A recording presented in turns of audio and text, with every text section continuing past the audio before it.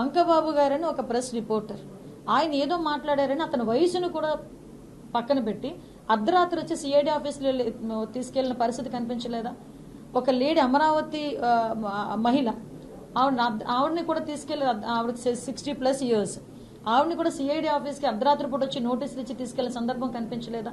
మా social media యాక్టివిస్టులని CID అన్న పదాన్ని కంప్లీట్ గా కేవలం తెలుగుదేశం పార్టీ వాళ్ళని వేధించడానికి మాత్రమే ఉపయోగించిన మనిషి జగన్మోహన్ రెడ్డి.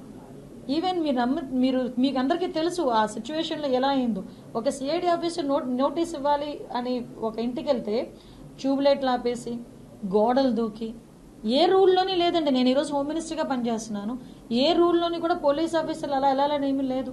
వాళ్ళు అక్కడ ఉన్న క్యాండిడేట్ ని బేస్ చేసుకుని, అక్కడ ఇన్వెస్టిగేషన్ బేస్ చేసుకుని, అక్కడ కేసుని బేస్ చేసుకుని అక్కడ వాళ్ళు మూవ్ అవుతారు. అంతే తప్పించి వీళ్ళు ఏంటంటే ఒక నోటీస్ ఇవ్వడానికి అలాంటి సిచ్యువేషన్స్ కూడా క్రియేట్ చేయగలిగారు వీళ్ళు. ఈ రోజు అటువంటి అధికారులందరూ కూడా ఇబ్బంది పడుతున్నారు.